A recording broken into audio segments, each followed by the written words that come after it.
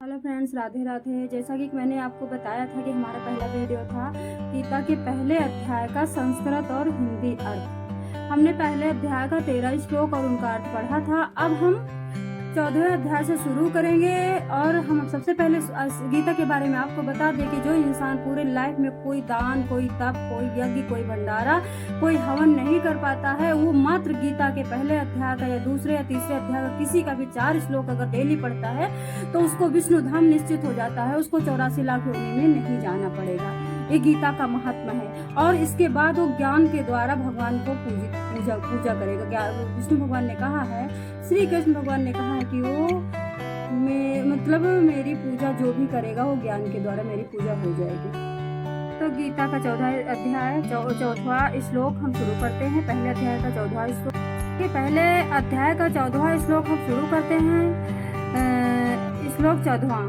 5 जन्म ऋषि के सो देव दत्तम धनंजया पौंडु धर्मो महासंघम भीम कर्मा ब्रकोदरा। श्री कृष्ण महाराज जी ने 5 जन्य नामक अर्जुन ने, देवदत्त नामक और भयानक कर्म वाले भीमसेन ने पौंडु नामक महासंघ बजाया।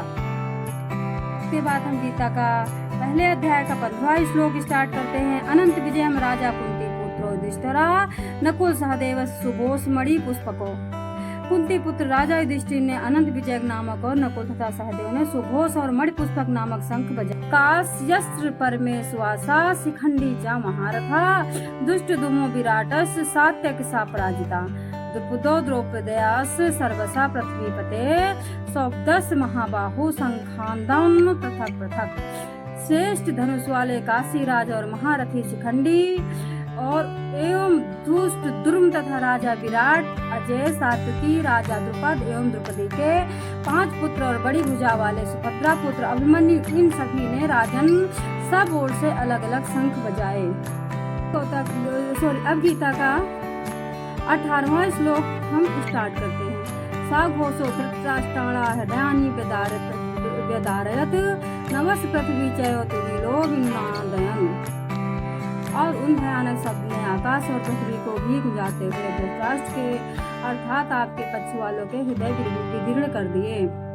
अथ व्यवस्थितान दृष्टा धृतराष्ट्रान कपिध्वजा प्रवर्ते शस्त्रम पाते धनुर्दम्येत पांडवा ऋषिकेश तदा वाक्मिद्माह महीपते। अर्जुन वाचा सेवनुरुभयो मर्धे रथम स्थापय में च्युते।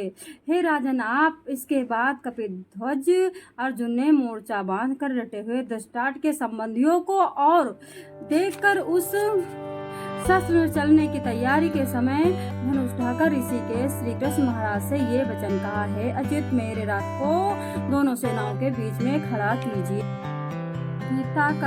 गीता के पहले अध्याय का 22वां श्लोक।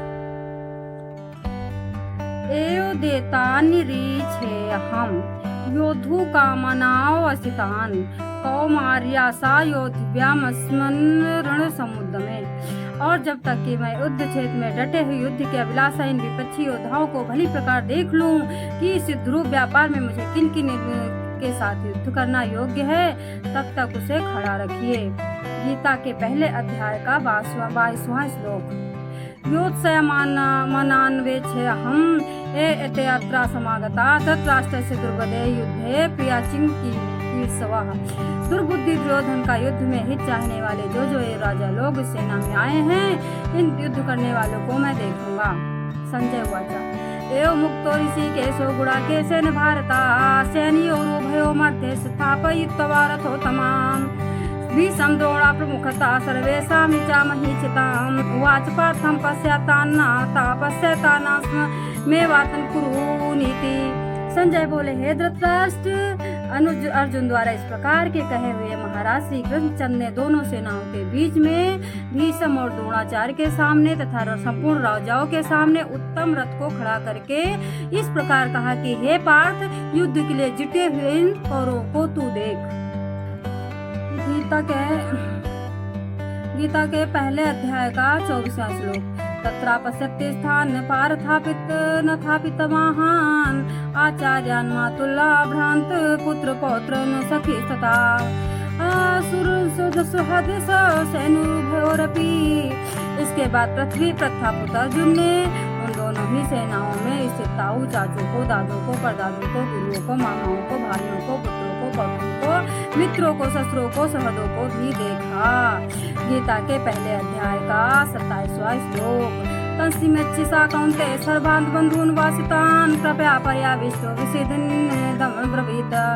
उन उपस्थित संपूर्ण बंधुओं को देखकर वे कुंती पुत्र अर्जुन अत्यंत करुणा से युक्त होकर शोक करते हुए ये वचन बोले।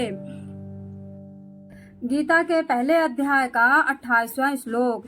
दृष्टवं रसजनं कृष्णयुतसवासमुपस्थितं सीदन्ति मम गत्राणि मुखं च परिशुष्यति। बेपितृश्रम शरीरे में सौरो महर्ष जायते। अर्जुन बोले, हे कृष्ण, युद्ध क्षेत्र में डटे हुए युद्ध के अभिलाषी इस स्वजन समुदाय को देखकर मेरे अंग स्थिर हुए जा रहे हैं, मुख सूखा जा रहा है तथा मेरे शरीर में कंपन हो रहा है, रोमांच हो रहा है। और गीता के पहले अध्याय का 28वां श्लोक। गांडीवं संसृते हस्तातक च परिदहाते नाचा शक्रोमय वस्थितां भ्रमति ऊंचा में मना। हाथ से गांडीव धनुष गिर रहा है, त्वचा भी बहुत जल रही, मेरा मन भ्रमित सा हो रहा है, इसलिए मैं खड़ा रहने के समर्थ में नहीं हूँ। निमित्तानि च पश्यामि विप्रतानि केशवा नाचा श्रयोन् पश्यामि हत्वा स्वजन महामहवे।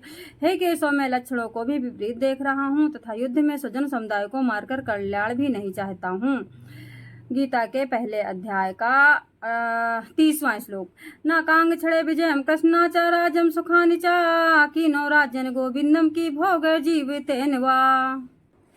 टोटल गीता के पहले अध्याय में संस्कृत के जो श्लोक हैं वो 47। गीता के पहले अध्याय का 28वां श्लोक। गांडीवं संसृते हस्तातक च परिदहाते नाचा शक्रोमय वस्थितां भ्रमति ऊंचा में मना। हाथ से गांडीव धनुष गिर रहा है, त्वचा भी बहुत जल रही, मेरा मन भ्रमित सा हो रहा है, इसलिए मैं खड़ा रहने के समर्थ में नहीं हूँ। निमित्तानि च पश्यामि विप्रतानि केशवा नाचा श्रयोन् पश्यामि हत्वा स्वजन महामहवे।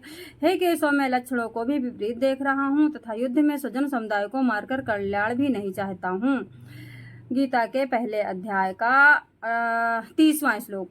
नाकांग छड़े विजयम कृष्णाच राजम सुखानि च कीनो राज्यन गोविंदम की भोग जीवितेन वा। टोटल गीता के पहले अध्याय में संस्कृत के जो श्लोक हैं वो 47 हैं। हमने 30 पढ़ दिए हैं, 17 और बाकी हैं, वो दूसरे वीडियो में कवर करूंगी। दोस्तों, गीता का पढ़ने का, सुनने का, गीता की पुस्तक को देखने का, गीता के पुस्तक पे जल छिड़क करके उसको पीने का, जो इसका महात्म्य है इसका वर्णन कोई भी नहीं कर सकता, ब्रह्मा विष्णु महेश भी नहीं कर सकते। गीता हम लोगों को उद्धार करने के लिए इसका उद्धरण हुआ है और जो भी ऋषि मुनियों ने इनको किया है उनको सत सत नमन है। जो गीता को पढ़ता है, सुनता है, वो 84 लाख योनि में नहीं जाता।